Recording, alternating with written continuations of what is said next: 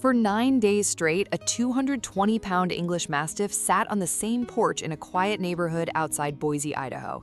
He didn't bark, he didn't approach the door, he didn't move when it rained, when temperatures dropped to 38 degrees, or when neighbors called animal control 3 separate times. He just sat there, fawn coat slowly soaking through, eyes locked on the front door of the Brennan family's house, like he was waiting for something only he could understand. And on the 9th evening, when a 13-year-old girl finally turned the handle and stepped outside, what happened next broke their entire family open in a way none of them saw coming. The first morning was a Tuesday in late October. Karen Brennan opened the front door at 7:42 a.m. to grab the newspaper and nearly tripped over what she thought was a deer. It wasn't. It was the largest dog she had ever seen in her life, lying across the welcome mat like he had always been there. Fawn-colored, black-masked, easily 220 pounds. A Mastiff. He didn't lift his head, he didn't growl, he just looked at her with eyes that were exhausted and patient and impossibly old. Karen called her husband Tom. Tom called animal control. Animal control sent an officer named Marcus who tried for 40 minutes to leash the dog and failed. The Mastiff didn't fight him, he just refused to stand. Marcus told Karen the dog was clearly not aggressive, just resigned, and he would come back the next morning with a transport sedative. He never got the chance to use it. By Wednesday morning, the dog had not moved. Karen put down a bowl of water and a small amount of dry food she found at the back of the pantry. The dog drank a little. He didn't touch the food. He kept his eyes on the door. Tom checked for a microchip on Thursday, using a scanner Marcus had loaned them.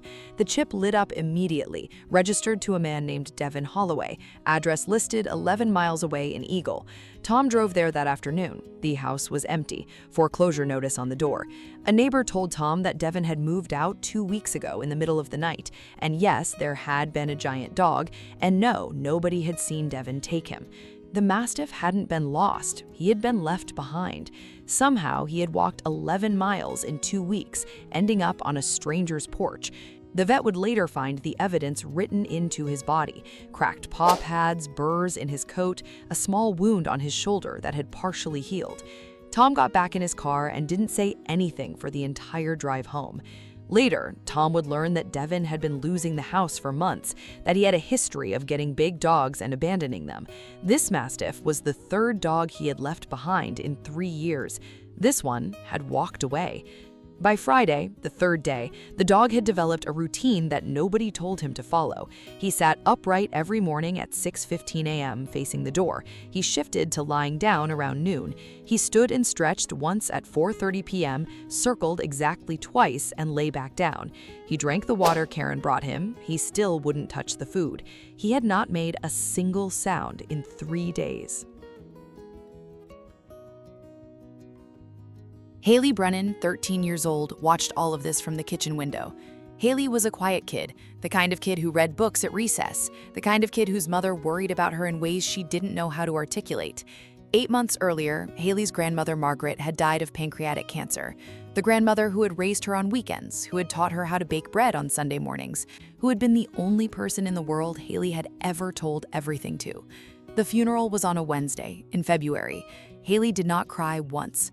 Not at the service, not at the burial, not in the car driving home. After that day, something in her had quietly closed. She still got straight A's, she still went to school. She just stopped laughing the way she used to. She stopped baking entirely. Karen had tried therapists, journals, family vacations. Nothing reached her.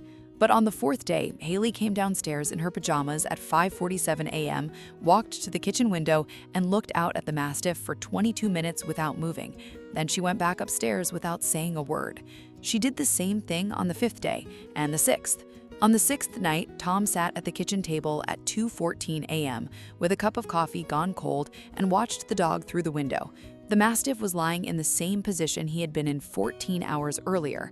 Tom finally admitted something he had not been ready to say. The dog was not waiting for Devin. He was waiting for someone better. By the 7th day, the entire neighborhood had heard about the dog who wouldn't leave the Brennans' porch. 3 families brought food. 1 woman left a blanket. The mailman took a photo and posted it on the local Facebook group. Comments flooded in. Someone identified Devin Holloway by name. Someone else confirmed he had abandoned other animals before. Someone offered to take the dog. Someone else said he was probably dangerous. Karen read every comment. Tom didn't read any. I see you've been here this long without subscribing. That genuinely hurts. Hit subscribe so we can keep telling stories like this one. On the 8th day, it rained for 9 straight hours. Cold, sideways October rain. The Mastiff did not move. Karen tried to coax him under the porch overhang. He stayed exactly where he was, staring at the door, soaked to the skin, shivering visibly. Karen watched him through the window and started crying for reasons she couldn't fully explain. That night at dinner, Haley spoke for the first time about the dog. She said one sentence: "He's waiting for someone to come back for him." Karen and Tom looked at each other. Neither of them said anything. The 9th day was a Wednesday. Cold, bright, the kind of fall morning where you can see your breath. Haley came downstairs at 5:30 a.m. fully dressed. She walked past her mother in the kitchen, past the cereal she normally ate, and went straight to the front door. Karen called after her. "Haley, what are you doing?" Haley didn't turn around. She said, "I'm going to sit with him." She opened the door slowly. The Mastiff lifted his enormous head for the first time in 9 days. Haley stepped onto the porch in her socks, walked over to him, and sat down on the cold wooden boards 3 feet away. She didn't reach for him. She didn't speak to him. She just sat there with her knees pulled up to her chest, watching the morning light come through the trees. After about 4 minutes, the Mastiff did something he had not done in 9 days. He stood up. All 220 pounds of him. He walked across the porch slowly, lowered himself directly beside Haley, and rested his enormous head against her knee. He let out a single, long breath, like he had been holding it for 2 weeks. Haley put one hand on his shoulder and started crying. Quietly at first, then in the way she had not let herself cry in 8 months. The Mastiff did not move. He stayed pressed against her side, eyes closed, breathing slowly, like he had finally found the place he had walked 11 miles to reach. Karen and Tom watched from the front window. Neither of them spoke. Karen was holding Tom's arms so tightly her knuckles were white. Some stories deserve to be shared with the people who need them most.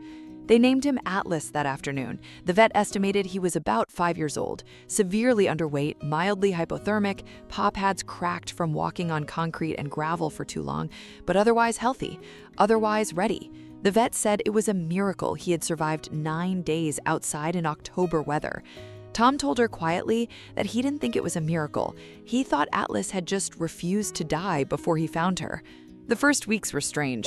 Atlas would not sleep inside. He spent every night on the porch, his enormous head resting on his paws, watching the front yard.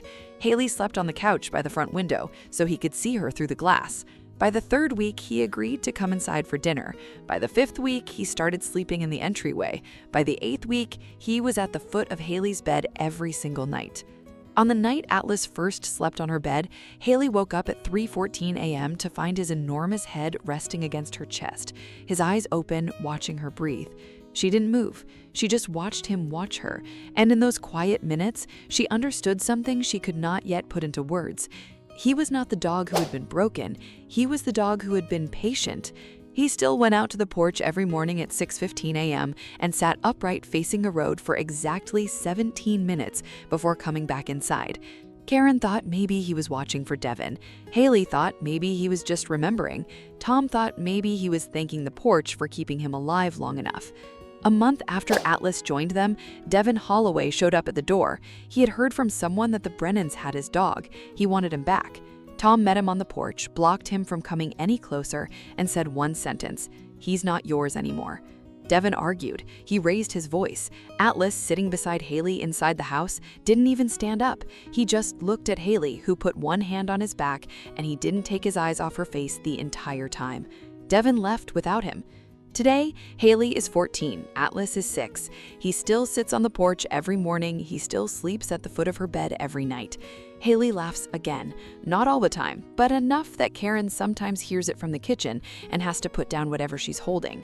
She started baking again. Last weekend, she made her grandmother's bread recipe for the first time since the funeral. Atlas sat at her feet, watching. Haley wrote something in her journal a few months after Atlas arrived. Karen wasn't supposed to read it, but she found it open one afternoon. The sentence said, "I think he came here because he knew I needed him. I think Grandma sent him." Some dogs aren't lost, they're searching. Atlas walked 11 miles in the wrong direction. He sat on a stranger's porch for 9 days in October cold. He didn't move, he didn't eat. He waited for the one person in that house who needed him most to come outside and sit down beside him. Because sometimes the ones we think we're rescuing are the ones who are actually rescuing us. Sometimes love walks itself across miles of unfamiliar road and waits patiently on the wooden boards of a porch in Idaho until the right door finally opens. If you're thinking about adopting a stray, please don't look away. Talk to the rescue, ask the right questions, be willing to be the family that finally says yes, because the broken ones aren't broken, they're just trying to find the family they were meant for. Would you have opened the door on the 9th day, or would you have called animal control like everyone else? Tell me in the comments.